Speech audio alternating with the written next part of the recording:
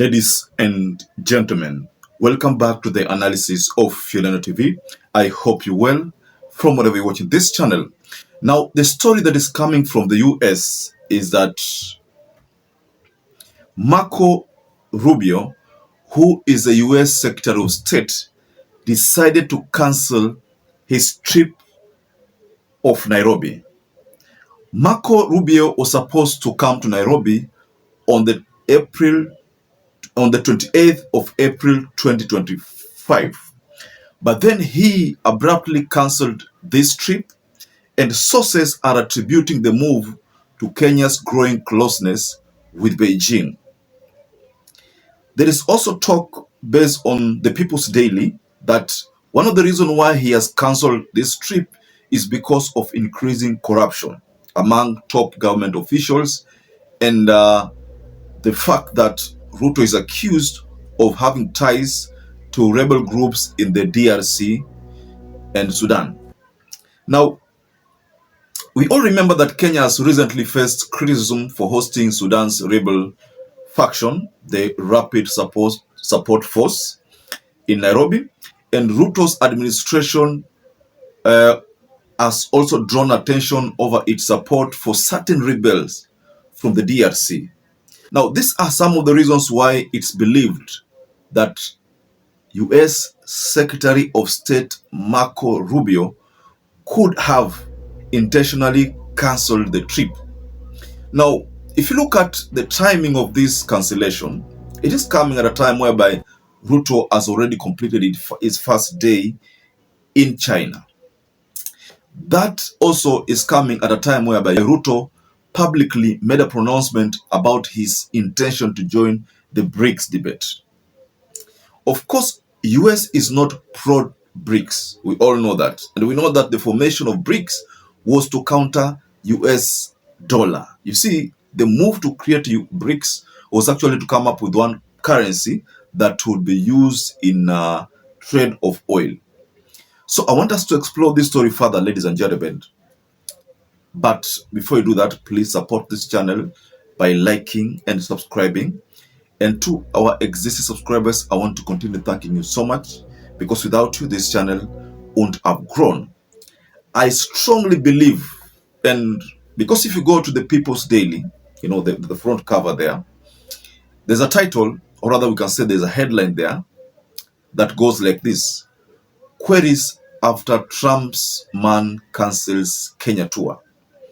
And then there's some stories there.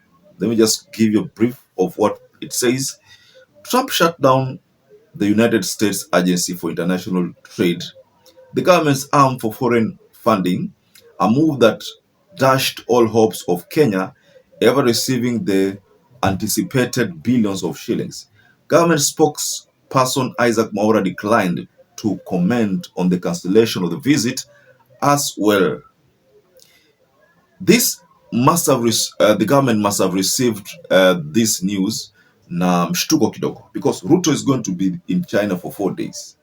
Earlier on, it was anticipated that he was going to go there stay there for around 5 days, but from the State House spokesperson's word, we were told that it's going to be for 4 days. Then now Ruto must have known that, or rather planned that, after coming from China, he was going to meet Marco Rubio. Probably, maybe their meeting would rekindle some of the promises which Biden made, or that the US made, because Biden made the promises to Kenya on behalf of the US. So it was an arrangement between Kenya and the US, not really Biden and Ruto, but Kenya and the US. So the expectation maybe would have been that Ruto knew that after finishing this trip, this state visit of China, the Road and Belt, you know, after finishing that meeting, he was to meet Marco Rubio, the US Secretary of State, and then they would again talk about the US-Kenya ties. But you see, the move by Trump to cancel, aid, cancel so much help over so much aid that is always channeled to Africa, must have demoralized William Ruto and the team to make him now want to go the East way, that we're talking about China, talking about Russia, you know. Right now, if you want to become US enemy, You just side with BRICS, then you automatically US enemy. Kenya has always been, viewed by US as a very important point for them to probably access Africa. They have always viewed Kenya kama mahali kwingine ambapo nchi ambao wanapenda kabisa. That explains why US presidents have always been focused on the peace in Kenya. They treat Kenya as one of the most peaceful area. So this last-minute cancellation of Rubio's visit comes amid several American firms which had signed multi-billion shilling deal to set up offices or factories in Nairobi. And these business entities have been forced to shelve their plans due to corruption. You see, this is what has been shared out there, by so many people. Are we seeing a scenario where Trump is merely trying to revenge? Because we know that Kenya na Biden walikuwa ni kitu kimoja. I know there's a time RUTO made a pronouncement about, vote for Biden. So if this is the case, then we can as well say that Biden, we can just say that plan ya Biden ilikuwa ni kama Kamala Harris atapata. Juu Kamala Harris ilikuwa ni ashinde. Ikiwa vile angeshinda venye ilikuwa nasemanga atashinda, unfortunately hakushinda. Then those plans, those deals that were signed during the US state visit, RUTO's US state visit, would have materialized those plans.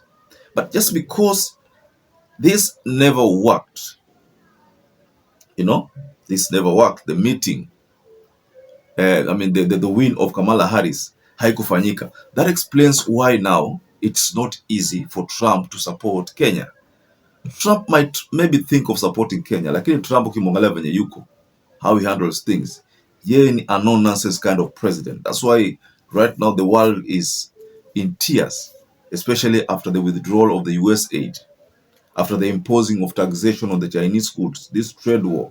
Hii trade war ambayo inakuja saizi ni as a result of Trump.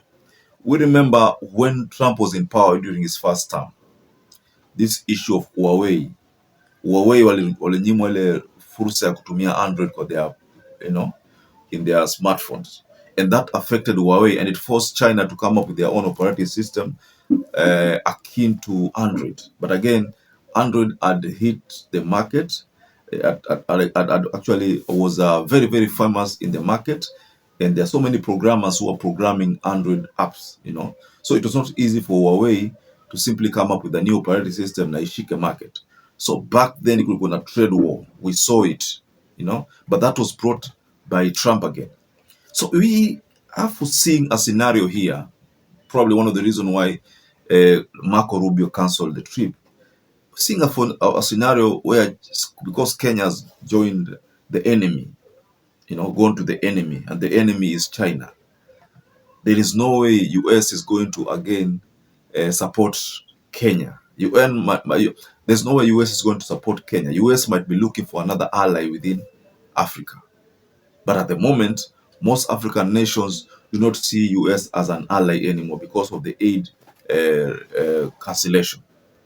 So, ladies and gentlemen, just go below in the comment section and tell us what you think Marco Rubio could have cancelled this trip. Why do you think that could have happened? Do you think it's because of corruption? Do you think it's because of William Ruto's tour of the China? Of China? Do you think it's because of Ruto's pronouncement of joining BRICS debate? What could be the reason why?